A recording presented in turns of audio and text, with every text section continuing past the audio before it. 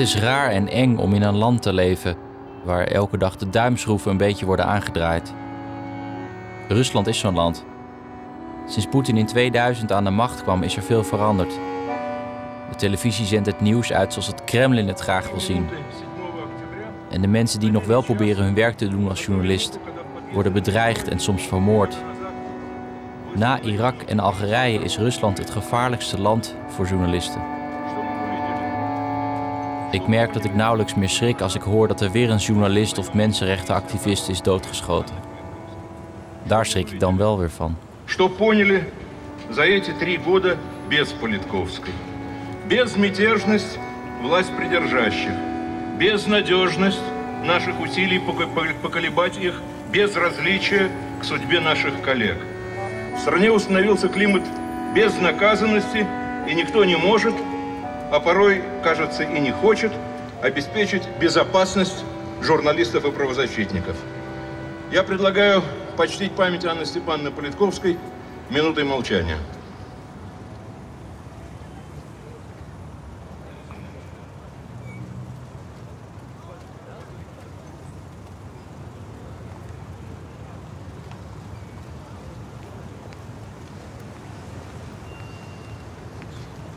Ну, я поклонник «Новой газеты», и убийство Политковской, ну, на самом деле, если между нами, я как бы не поклонник власти российской.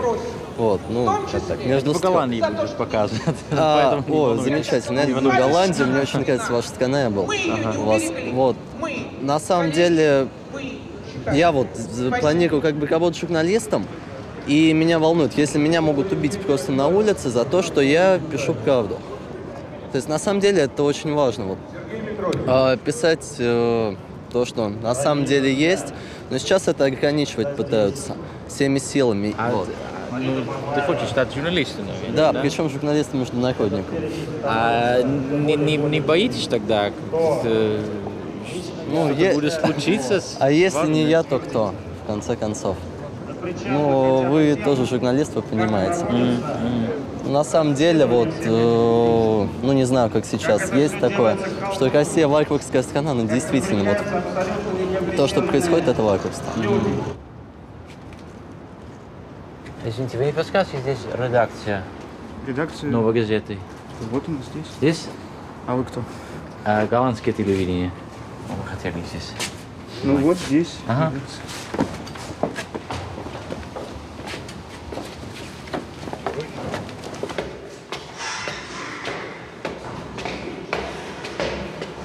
Здравствуйте. Здесь редакция. Dat is hier. En ik ga nu even kijken naar de plek waar zij vroeger werkte.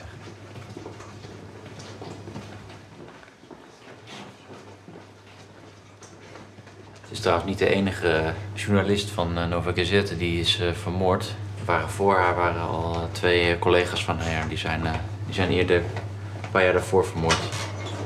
Ze is niet de eerste geweest.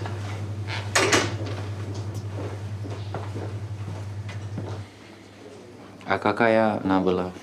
Сложный был человек, безусловно. Любой талантливый человек сложен. Но это был высокий профессионал, который знал, что хочет, как это сделать, и никаких проблем. С самой точки зрения мы не испытывали, и она не испытывала. А вы сами никогда не боитесь на свою безопасность, потому что... Ну, знаете, это вопрос риторического свойства. Если бы об этом думать, то нужно идти работать там дворником, например, да? Мы делаем свою работу, как считаем нужным, а вопрос безопасности, конечно, стоит перед нами. И прежде всего, я боюсь не за себя, а я и главный редактор, а боимся за молодых сотрудников, которые только приходят работать и думаем, как их обезопасить в каждом конкретном случае. А теперь представьте себе, что если бы мы молчали по минуте по каждому из убиенных с 93-го года, то стоять здесь молча нам пришлось бы с вами 5 часов. Рано утром, без 5-9, приехал к Ане на могилу. Бетонный лист бумаги, и на этом белом листе бумаги 5 дыр от пуль. Я подумал, что жизнь как-то очень быстро идет вперед, и уже дыр-то должно быть не 5. Потому что еще добавилось Наташа Истемирова, которая с Саней работала. Добавился Стас Маркелов. Добавилась Настя Бабурова. Еще много осколков. Ik woon nu bijna 5 jaar in Moskou en ik ken intussen zoveel plekken met een trieste geschiedenis. Een park waar een oma bij een demonstratie bij haar enkels is gegrepen en in een busje is gegooid. Een stoep waar iemand is doodgeschoten. In het huis hier woonde Ivan Safronov. Hij was militair correspondent voor een grote Russische krant, Kommersant. En op 2 maart 2007 is hij hier vanaf de 5e verdieping is hij uit het raam gevallen. De politie heeft gelijk gezegd dat het zelfmoord was. Nooit een onderzoek verder gedaan. Er zijn een paar rare dingen aan de hand met die Safronov. Op diezelfde dag kreeg hij namelijk net goed nieuws dat zijn kanker niet was uitgespreid. Daarna ging hij sinaasappelen kopen en nog meer boodschappen. Daarna maakte hij plannen voor vakantie met zijn vrienden en familie. En het zijn dingen die je volgens mij niet normaal doet als je zelfmoord pleegt. En er komt nog bij dat hij een buitengewoon gevoelig stuk heeft geschreven over wapenhandel van Rusland met Syrië, wat officieel verboden is, maar hij kwam erachter dat het toch gebeurde. En een week later valt hij dan toevallig hier, terwijl hij een sigaretje staat te roken, in het trappenhuis valt hij uit het raam.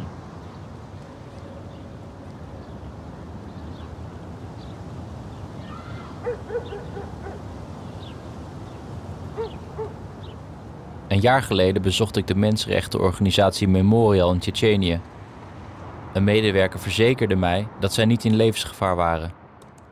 Op 15 juli 2009 werd Memorial-medewerker Natalia Estemirova ontvoerd en vermoord. Estemirova was dapper en dat kostte haar het leven. De laatste die Estemirova sprak was Dmitri Florin. Наталья Истемирова, значит, сотрудница правозащитного международного общества «Мемориал», работала в городе Грозном, значит, писала статьи в различные газеты, то есть занималась тем, что, грубо говоря, она в некоторой степени выполняла вообще функцию многих государственных органов в Чечне. То есть, когда где-то что-то случалось, люди в первую очередь бежали к ней. К ней люди обращаются, они пишут быстренько, грамотно заявление в прокуратуру, в милицию, в республиканскую, в городскую, в федеральную, все. Поднимает шум, если в течение, как она рассказала, в течение нескольких часов быстро шум поднять, людей могут отпустить просто с перепугу, испугается большого шума. И вот так вот она многих людей, в принципе, спасала, вот тем самым. Но при этом еще очень здорово она сама подставлялась под удары.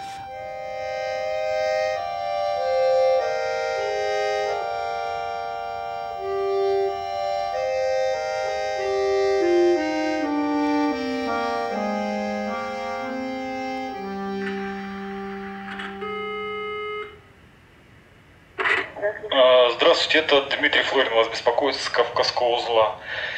Я по поводу Альбековых, то есть вы могли бы сейчас мне рассказать, что у вас, какая информация есть, то, что в Джигурте там случилось, в Курчеловском районе?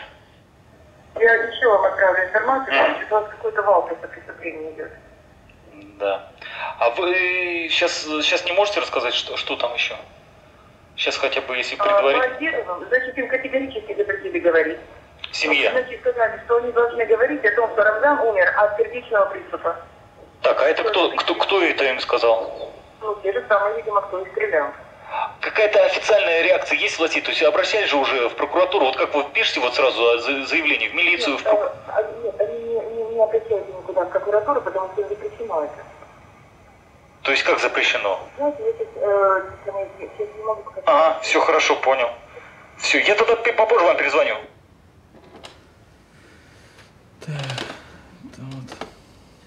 Когда мне Пайский, значит, тоже наш там руководитель написал, что где-то в обед уже было, что ее похитили. Сначала же знали, что похитили. Она же должна была в этот день там в Грозном встречаться со Следственным комитетом с людьми. И думаю, ее похитили и начали уже шум поднимать. Звони туда. Я думаю, да не, так, это ерунда все, не. Кто-то слишком задергался сильно. Кто ее куда может похитить? Потому что туда поехала Ганушкина, там тоже правозащитница с Мемориала и так далее. А Они встречаются сегодня со Следственным комитетом. Они вчера встречались там тоже с людьми с власти. Кто с ней сейчас что сделает? Потому что это уже вообще просто... не может такого быть. Скорее всего, где-то кто-то с кем-то что-то не договорился. Она куда-то уехала или задержалась. И сразу перепугались, подняли шум. Думаю, ничего с ней не может случиться-то с ней, ничего. Не может такого быть. Потом, когда сказали, убили, что тоже говорю, ошиблись, скорее всего. Может быть, с кем-то спутали и так далее. То есть, кто-то точно установил, что она и так далее. А потом уже прислали эту фотографию. Она же там несколько часов еще лежала, мертвая уже. Люди ходили мимо, мухи на ней там уже садились. А получилось так, что вот она людей защищала, и эти люди проходили мимо, даже никто не смотрел, что там с человеком. Потом уже обратили внимание, что она в крови и уже лежит несколько часов. Да, конечно, сразу, в это представить было тяжело, потому что, известно, и ничего не может с ней случиться. Не может такого быть, потому что просто такого вообще не может быть.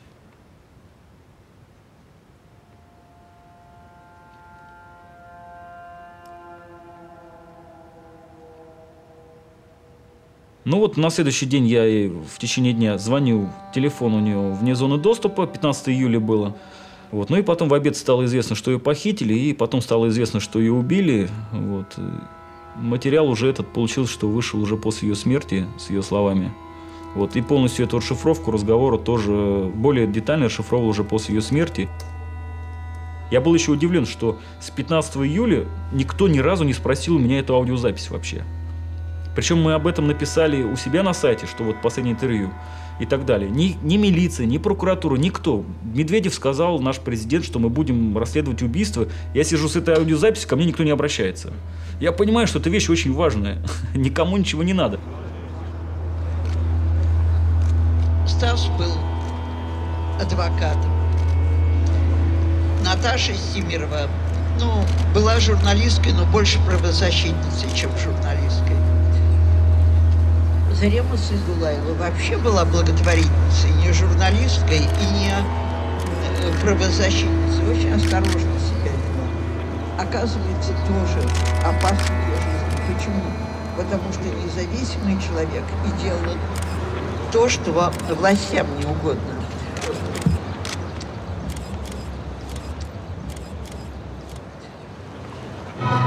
Я думаю, население в Москве где-то 13 миллионов, да? Да, примерно так. А здесь человек 200. Почему это так? Почему так мало? Я думаю, здесь не человек 200, но дело в том, что политическую активность обычно в обществе проявляет довольно незначительная часть населения. А в нашей стране, если вспомнить конец 80-х годов, начало 90-х, вообще эту новейшую историю России, то у нас всплеск политической активности в стране был во второй половине 80-х годов, когда началась Горбачевская гласность, демократия, когда были первые выборы народных депутатов, когда были первые съезды депутатов Советского Союза, когда были первые съезды депутатов России, РСФСР тогда. А потом постепенно власть начала закручивать гайки, особенно с приходом к власти Путина у нас политическое поле в России вытоптано. Люди понимают, что от их политической активности, в общем-то, ничего не зависит. Там, ходи на митинги, не ходи, ходи на выборы, не ходи. Все равно ничего не изменится, все равно власти наплевать. Поэтому подавляющее большинство, сидит дома, смотрит сериалы, копает картошку, на огороде занимается. А политически активное меньшинство, оно все-таки приходит и как-то проявляет свою активность, высказывает свою позицию и громко, менее громко, более громко заявляет свое мнение власти. Чтобы национальным лидером считался жалкий подполковник КГБ, тот самый, который... De duimschroeven worden niet alleen aangedraaid in de journalistiek, het geldt ook voor maatschappelijke organisaties, zoals de jeugdbeweging Partos van Julia Privedjonnaya. Oude methodes uit de Sovjet-tijd worden weer van stal gehaald. Bijvoorbeeld het opsluiten van gezonde mensen in psychiatrische inrichtingen. De diagnose wordt gesteld in het beruchte Serbsky-instituut door dezelfde psychiaters die in de jaren 70 dissidenten voor gek verklaarden. когда мы организовали в Люберецком районе предприятие, почти выкупили свою территорию, наше объединение, и начали активно подключать молодежь, мы расклеивали объявления, к нам приходили, многие с удовольствием подключались. И вот у нас такое, наверное, качество, очень редко энтузиазм. Мы это делали с энтузиазмом. И вот однажды к нам приехал РУБОП в масках с автоматами, они разграбили полностью все предприятие. И 4 ребят из нашего объединения они арестовали тогда же 7 декабря 2000 года, возбудили уголовное дело. И вот, почему именно арестовали? Как, в чем статью, которую предъявляли, основная статья обвинения, это создание незаконного вооруженного формирования. Юра Давыдов, он 5,5 лет отсидел в тюрьме, в психушке. В общем, это во многом подорвало здоровье. Это такая практика, обычная в нашей стране. Вот в том числе и мне. Сейчас меня арестовали спустя 8 лет в 2008 году на основании того, что я якобы в розыске про использование психиатрии. В моем случае, я думаю, что просто по варианту судебного разбирательства им трудно посадить, потому что нет никаких аргументов для того, чтобы вынести обвинительный приговор. Для этого должны быть какие-то свидетели обвинения, потерпевшие, чтобы обвинительный приговор был. Поскольку их нету, думаю, что это такой метод, когда проще добить человека, сказав, что он ненормальный, как в советские тоже времена. И мне провели в институте Сербском. Институт Сербского – это медицинское учреждение. Да, они ставили в свое время диагнозы Буковскому, ну и многим советским диссидентам, которые прошли через психушки в брежневские времена.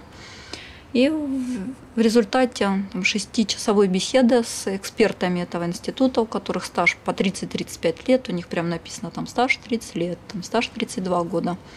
Когда они мне рассказывали, что Жанна Дарк ненормальная, и Пушкин сумасшедший, и Эйнштейн тоже сумасшедший, это они написали мне, что необходимо провести стационарную экспертизу в институте Сербского. Стационарное – это значит помещение примерно минимум на месяц в эту психиатрическую экспертизу, и в течение месяца они будут решать, там, проводить беседы и решать, насколько я вменяема или невменяема. Мне сказали, что у меня туберкулез. И сказали, что если я не соглашусь, что они мне будут колоть антибиотики, то через месяц у меня загниют легкие, я помру. Ну, примерно так мне врачи говорили. Я узнала, что в соседних камерах, кому кололи вот тот препарат, который кололи мне, они там по полдня встать не могли, потому что оно сильно затормаживает деятельность человека. Я вообще себя прекрасно чувствовала, я сказала, что не надо мне ничего колоть. И вот слава богу, что тогда они ничего не кололи. Но это такое отношение, вот как для примера этой тюремной медицины, как оно построено. Еще недостаточно хорошо понимала, было поменьше лет, меньше жизненного опыта, и казалось в жизни все более радужным и простым. Воспринималось, что в жизни можно там активно много всего сделать. А со временем понятнее, что это очень сложно. Население постепенно разучается мыслить. Наверное, в 90-м году воспринималось несколько по-другому. Но и время было очень, очень необычное. Наверное, одно из лучших времен в истории России, в новой истории России за последнее время. Именно поэтому мы очень уважаем Михаила Сергеевича Горбачева, то, что он сделал, ну и уже сейчас, там, время от времени с ним встречаемся. Он последний раз встречала, и вот было 10 лет, как Раиса Максимовна Горбачева умерла 20 сентября, вот как раз в этом году, она на Новодевичьем кладбище похоронена. Ну, это Горбачева видели, он говорит: а ты не в тюрьме? Литковская, Чикачихин, Эстемирова. И дальше по списку, который частично у вас на этих страницах. А во время перестройки вы бы ожидали, что будет такое время, что опять что новости? Нет. Что вы ожидали в перестройке? В 91-м я был у Белого дома одним из первых. Как только появилась эта информация, я отпросился с работы с несколькими сотрудниками И мы были там раньше, чем основная толпа, чем танки, чем все остальное. Мы были у Белого дома на Краснопресненской набережной. И после того, как прошли эти события 91 года, я надеялся, что мы будем страной европейской, так скажем. Вот. Но, к sожалению, 91 год прошел прахом. Het Kremlin heeft een handige verdeel- en heerspolitiek. Het vuile werk wordt opgelost door schimmige organisaties. Nationalistische bewegingen vermoorden antifascisten. Religieuze splintergroeperingen bestrijden kunstenaars met liberale opvattingen. En als de nood hoog is, dan is er altijd nog de rechtbank, waarvan de rechters altijd op de hand van het Kremlin zijn. Они против. Да, конечно, да. Как раз образ наших оппонентов очень яркий. А иногда вы разговаривали друг с другом? Вообще это было бы неплохо. Я призывал им как раз разговаривать, потому что лучше разговаривать, чем ругаться и драться. Да. Но они не очень разговорчивые, они как бы уверены в себе, и они не диалогичны, конечно, они абсолютно не как бы исключают диалог, а скорее как бы сугубо догматичны.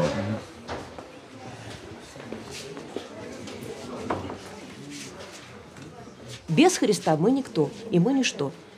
На протяжении последних лет наблюдается такая картина, что вот проводятся выставки в Сахаровском именно центре, вот ближе уже, как говорится, к вопросу.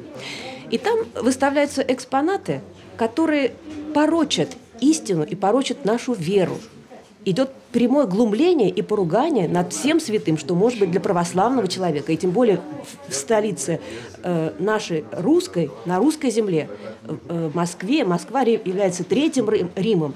Это оплот православия. И именно здесь, не в мусульманской стране, не в какой-то другой католической стране, а именно здесь проводятся безобразные, кощунственные выставки, которым нет ни названия, ни слова вообще, как просто так можно было бы охарактеризовать. Это просто глумление над христианами, над православными, над святостью. Это плевок в небо, плевок в Бога, плевок в иконы. У Русской Православной Церкви есть благословение, дается через батюшек многим людям, просто не смотреть безобразные изображения просто вот такого открытого развратного характера. Нет, вы на выставке были? Была. Давайте, хватит. Вы не были. Вы были на выставке? Ну, какое это имеет значение? Это Мы пришли защитить свою веру. Вы на выставке были? И нашу веру оскорблять не надо. И вы на выставке не были, правда? Вы на выставке были? Да. Вот смотрите, вот сидят свидетели, которые из них, ни одна из этих женщин... А вы свидетели сегодня? Свидетели? Нет, мы помощники. Ага. Мы хотим помочь всем тем, кто будет защищать. Важно, какое дело. Вы пришли свидетелем. И тоже не были на выставке. А кто вас манипулировал? Вы поддаетесь манипуляции. Вами манипулируют фашисты, и вы спокойно... РНЕ. Вы знаете, что такое РНЕ? РНЕ – это фашисты. И вы поддаетесь на эту манипуляцию. Не знаю, не посмотрев выставки, не разобравшись. Убеждена, что все это дело – это такая спланированная акция, организация под названием «Народный собор». И этот Народный собор, он как раз и распространял всякие сведения об этой выставке, направлял различные листовки в храмы и призывал людей обращаться в прокуратуру. У них даже был составлен такой трафарет заявлений в прокуратуру, что они все оскорблены, возмущены и хотят, чтобы были эти люди привлечены к ответственности, я имею в виду Самодуров и Ерофеев. То есть если бы не их спланированная акция, возможно, этого бы дела и не было, потому что, как я уже сказала, эти верующие на выставке не были, и большинство из них даже и не знали об этой выставке. Если бы не организованность вот такая, которая, видимо, кому-то нужна, этого бы дела и не было. В принципе, посмотрите, мы находимся достаточно в таком Ik vind het knap dat zo'n Jerofejev doorgaat met provocerende tentoonstellingen, met het gevaar om in de cel te belanden. Voor mij blijft het onbegrijpelijk dat er zoveel ophef wordt gemaakt over zo'n expositie. De echte reden van de staat om dit te verbieden ligt natuurlijk dieper. Это уже не государственно, это пропаганда ультраправых активистов, которые, не имея прохода прямого к власти, к политической жизни, используют культуру, чтобы таким образом сделать себе какую-то известность, пиар и так далее. А власть, она скорее поддерживает их, чем она поддержала бы либеральные силы и левые силы, потому что она этих сил боится больше, считая, что она сумеет ультраправое крыло всегда проконтролировать. Но, в общем, я глубоко убежден, что это, в общем, колоссальная ошибка власти создавать намеренно конфликты, причем конфликты не внутри культуры, потому что конфликты внутри культуры продуктивны всегда и интересны, а создавать конфликты между культурой и обществом, натравливать свое население на своих же собственных талантливых художников. Как у нас суд практически всегда все знают, что он вынесет обвинительный приговор, то, соответственно, правоохранительные органы, они уже, в принципе, разучились работать, потому что, зачем особенно работать и собирать какие-то доказательства серьезные, когда и так понятно, что суд осудит. И вот эта вот такая цепочка, она приводит к тому, что очень сильно снижается уровень. Обвинительная система правосудия ведет к тому, что система, она практически не работает, потому что это машина, которая уже направлена исключительно на осуждение, и неважно, есть этому доказательство или нет. Конечно, в этой ситуации очень сложно работать, но приходится.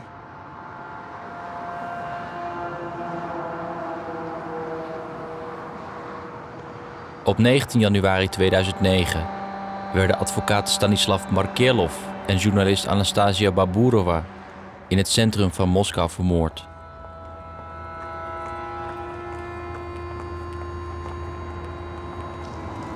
Baburova was de opvolger bij de krant Novaya Gazeta van Anna Politkovskaya.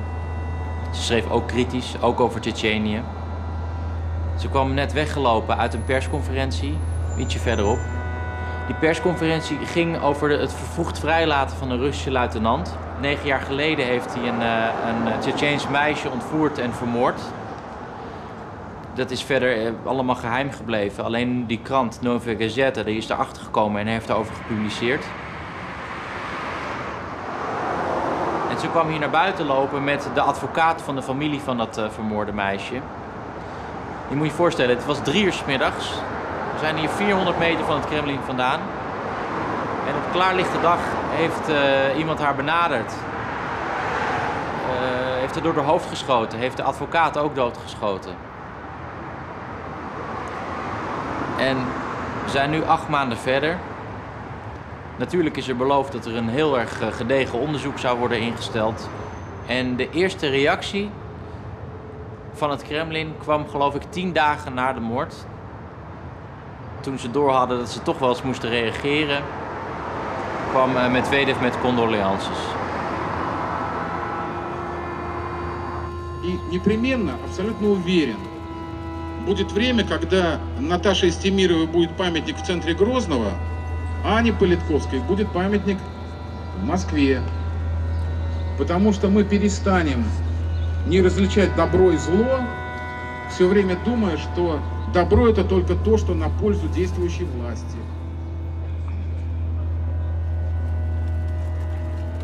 Мне одна адвокат, например, сказала, что один ее подзащитный сравнил адвоката в России с венком на могиле своего клиента. И в зависимости от того, если более богатый мертвец, то, соответственно, у него венок побогаче. Менее, значит, менее богатый венок. Но, в принципе, конечно, такое сравнение не очень приятное. Но, в принципе, достаточно часто бывает, что адвокат, несмотря на всю свою стопроцентную правоту, добиться практически ничего не может.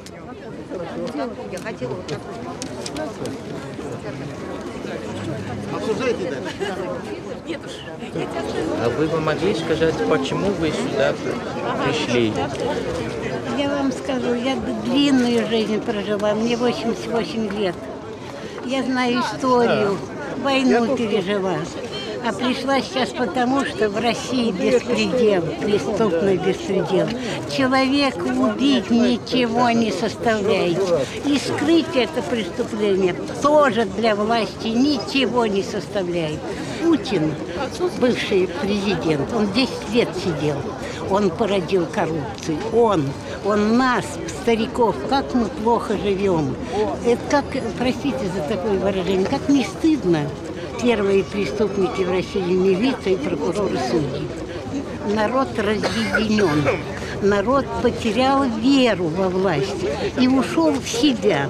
И все, каждый по отдельности сидят.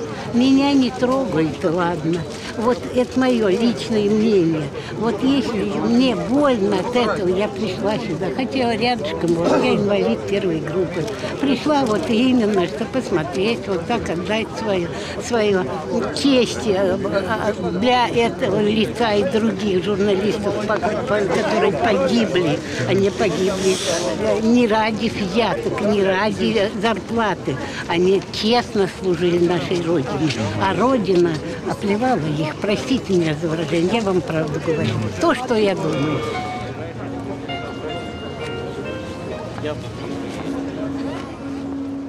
Eerst vroeg ik me altijd af waarom de politie zo hard optrad tegen demonstraties met kleine groepjes mensen.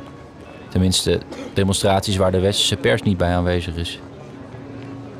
Later begreep ik dat je in Rusland je macht verliest als mensen je niet vrezen. Angst voor de staat is het meest effectieve middel om aan de macht te blijven.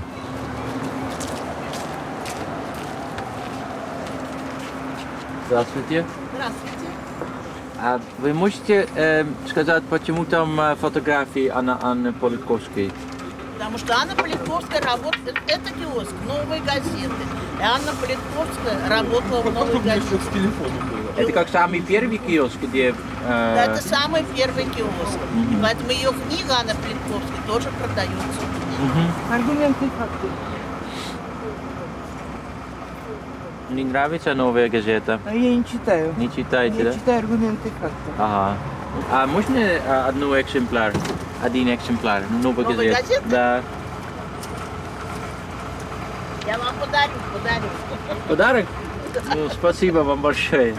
Спасибо. До свидания.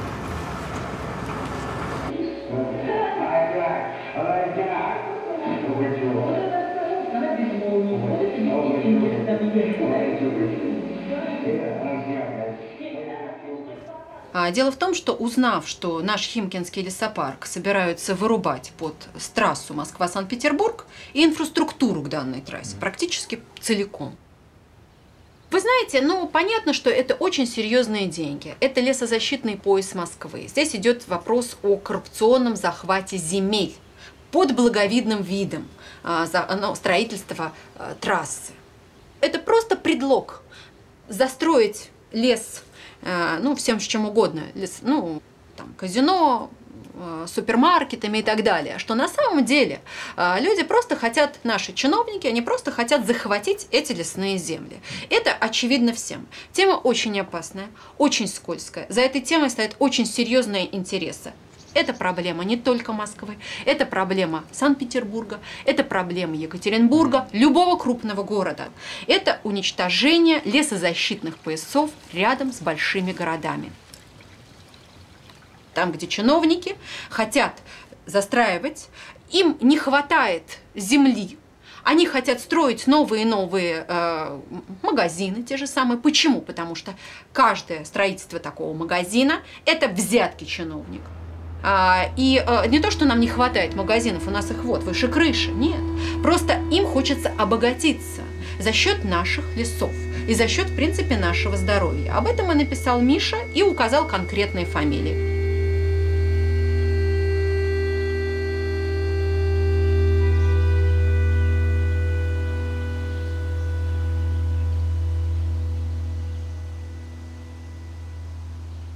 Сначала ему взорвали машину, его джип стоял во дворе его собственного дома, и ночью эту машину взорвали. И после этого его собаку, которая охраняла дом, забили битами, подбросили ему. И где-то за неделю до покушения Михаил обзванивал всех своих друзей и предупреждал: ребята, меня заказали, ищите или в администрации Химок, или выше. И он знал о том, что что на него готовится покушение. Он не мог покинуть Химок, потому что он был под подпиской о невыезде. Дело в том, что наш мэр подал в суд на Михаила Бекетова за клевету, что якобы Михаил его оклеветал. И Михаил был под следствием, под подпиской о невыезде. Он не мог покинуть Химок. То есть представляете, в какой он был западне? В чем проблема нашего городка? В том, что у нас под нашей администрации химкинской находится и суд, и милиция, и избирательная комиссия. То есть получается такая, как феодальная вотчина. И человек, если он идет против нашей администрации, он получается в западне. То есть все органы, они становятся не государственными, а карательными. И они этого человека находят возможность, каким образом его можно убрать с пути. То есть тут у Миши была безвыходная ситуация. Он не мог покинуть на легальных основаниях Химкинского района. Понимаете? Вот в чем трагедия. Человек ходит на протяжении недели от окна к окну, в собственном доме мечется. Он даже купил себе травматический пистолет. То есть он готовился к тому, что придут убивать его. И представьте себе, в 40 минутах езды от Кремля он ходит от окна к окну, мечется, звонит своим друзьям и ничего не может сделать. Ничего. То есть все, это как черная метка. Он уже заказан. Судя по всему, Михаил возвращался откуда-то. Он пришел домой, он живет в частном коттедже за высоким забором. И неизвестные, скорее всего, это было несколько человек, напали на него.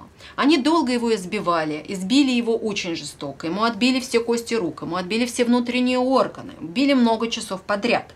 Причем били с таким прицелом, что он не умер до конца, но очень сильно искалечен. И до сих пор прошел год. Он не пришел в себя. То есть он жив, но сознание у него как у ребенка. И когда Мишу избили, он еще пролежал 1,5 дня на голой земле. И Мишу нашли не сразу. Несколько раз мы ему звонили, но телефон не отвечает. Мало ли что, может быть, человек отдыхает, отключил телефон.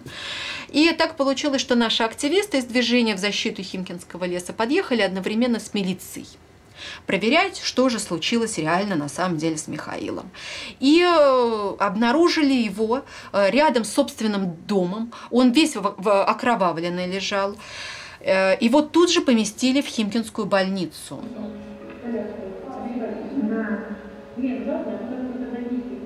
Он похудел на 50 килограмм. То есть она у него не ровная, не сфера. Сейчас ему ровную сделали.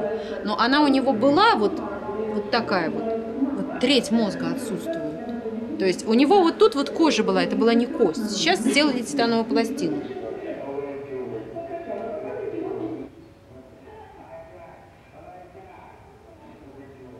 А он вообще мог что-то сказать о преступлении? Нет, конечно, нет. Прошел год. До сих пор Миша говорит только одно слово.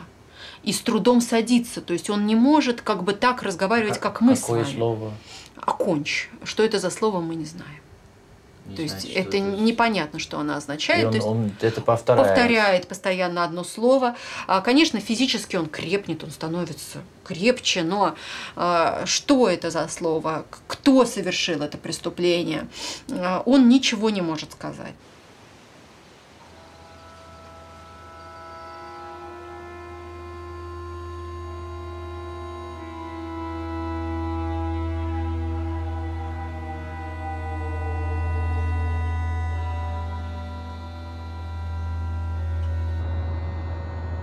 Mijn allereerste stukje als correspondent was een interview met Anna Politkovskaya. Ik vroeg haar of ze wel eens bang was vermoord te worden. Ze zei, natuurlijk, er zijn al 2 mensen van onze krant vermoord. Ik leef elke dag in angst. Het was niet de start waar elke journalist van droomt. Tijdens het interview kregen we ruzie en liep ze weg. Ik vond haar meer een activist dan een journalist. Maar toen ik hoorde dat ze was doodgeschoten, was het alsof ik een dierbare had verloren. Pas na 3 dagen reageerde Poetin op de moord en deed Politkovskaja af als een onbelangrijke persoon. Vanaf dat moment wist ik dat alle journalisten vogelvrij waren.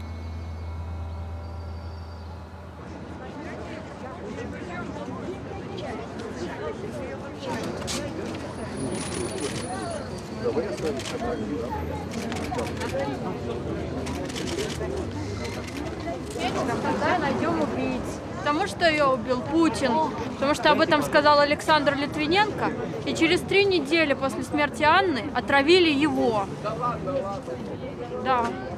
Так что ее убил Владимир Владимирович Путин. Это его личный враг. Вы знаете, если мы будем все равнодушно сидеть по домам и молчать, то будет все только хуже. А если мы хотя бы попытаемся бороться, то мы можем даже погибнуть в этой борьбе, но мы хотя бы попытаемся, чтобы наша страна была свободной. Иначе Россия перестанет существовать, если она не будет свободной. Вы согласитесь?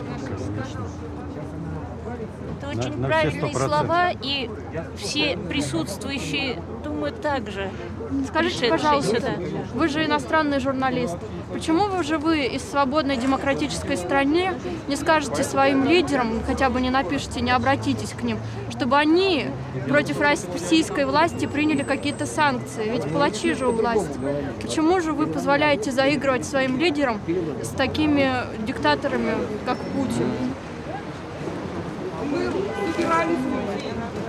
собирались уйти, прийти, молча постоять, положить цветы.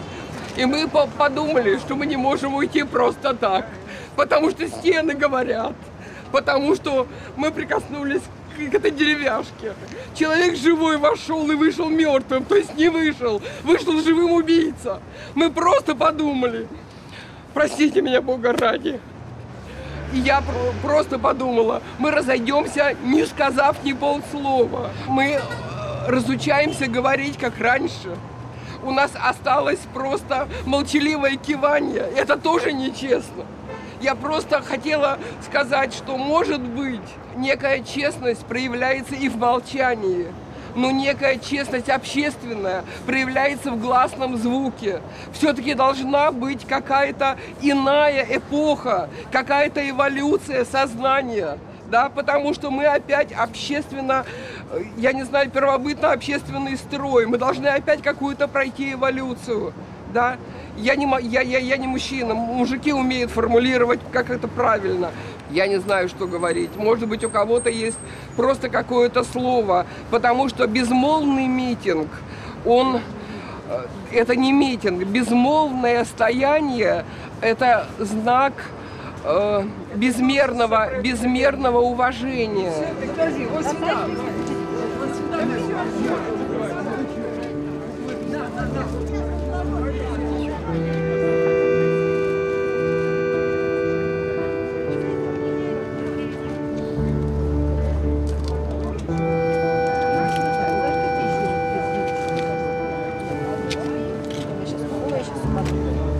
Так в жизни, когда одна свечка, она легко гаснет. Когда они объединяются, тогда есть шансы еще такой большой факел разжечь.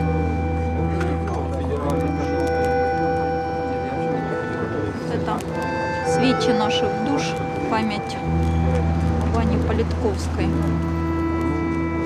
И всех хороших людях, которые сражались в стране, за то, чтобы она стала счастливее, свободнее.